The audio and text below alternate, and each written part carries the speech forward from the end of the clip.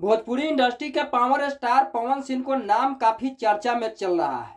और चर्चा में इसलिए चल रहा है कि भोजपुरी इंडस्ट्री के पावर स्टार पवन सिंह ने बीजेपी ज्वाइन किए 2010 में। 2010 से आज 24 है।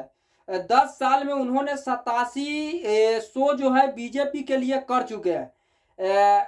और मुफ्त में 1 रुपया भी बीजेपी ने पवन सिंह को नहीं दिया हुआ है। पवन सिंह ने बीजेपी में जब से गए तब से करीबन 5 करोड़ से ऊपर रुपया के नुकसान में है। लेकिन आज बीजेपी ने पावर स्टार पवन सिंह को जो है ठुकरा देते हैं और पवन सिंह को टिकट नहीं देते हैं। पवन सिंह के टिकट आसनसोल से मिलता है। आसनसोल से मिलने के बाद में जो है गर्मा गर्मी माहौल हो जाता है कि पवन सिंह बंगलिनिया पर गाना गाए हुए हैं, तो वहां से जो है चुनाव नहीं लड़ना है। तो पवन सिंह को टिकट जो है पवन सिंह वापस करते हैं या बीजेपी वाले वापस ले लेता है, ये तो मैं नहीं कहूँगा। लेकिन कहीं ना कहीं पवन सिंह ने एक ट्वीट करते हैं, ट्वीट के माध्यम से लिखते हैं कि मैं किसी कारणवश आसनसोल से चुनाव नहीं लड़ सकता हूँ।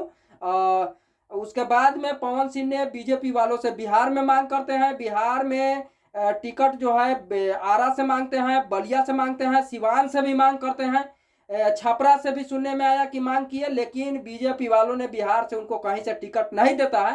तो नहीं देने के बाद यहाँ तक कि जब स्टार प्रचारक के लिस्ट जब जारी होता है तो उसमें भी पवन सिंह को नाम जो है लिस्ट से हटा दिया जाता है। पवन सिंह ने एक निर्णय लेते हैं और निर्णय लेने के बाद में एकाएक जो है काराकाट से चुनाव लड़ने के लिए घोषणा करते हैं। और काराकाट से जैसे ही चुनाव लड़ने के लिए घोषणा करते हैं तैसे ही जो है बीजेपी वालों का जो है मूड ऑफ हो जाता है। ऑफ होने के बाद में बीजेपी में अफरा तफरी का माहौल जो है अफरा तफरी का माहौल मच जाता है। और इसलिए क्योंकि बीजेपी वाले से उपिंदर कुशवाहा जी चुनाव लड़ते हुए आ रहे हैं और चुनाव में इस बार भी उपिंदर कुशवाहा और जो है इधर से राजा राम सिंह जो है दोनों लोगों ने चुनाव में जो है कूद चुके हैं। 2 लोग के बाद में तीसरा party power star Pawan Singh कूदते हैं। और पवन सिंह को कूदने के बाद जो है काराकाट लोकसभा क्षेत्र के माहौल जो है काफी बदल जाता है। और काराकाट का माहौल इस तरीके से बदलता है कि कहीं ना कहीं बीजेपी वालों को काराकाट से भी बहुत बड़ा झटका लगने वाला हो, ये मैं कह रहा हूँ। क्योंकि कम से कम पवन सिंह जीतेंगे नहीं तो चुनाव जो है जीतने भी नहीं देंगे, ये 100% तय है।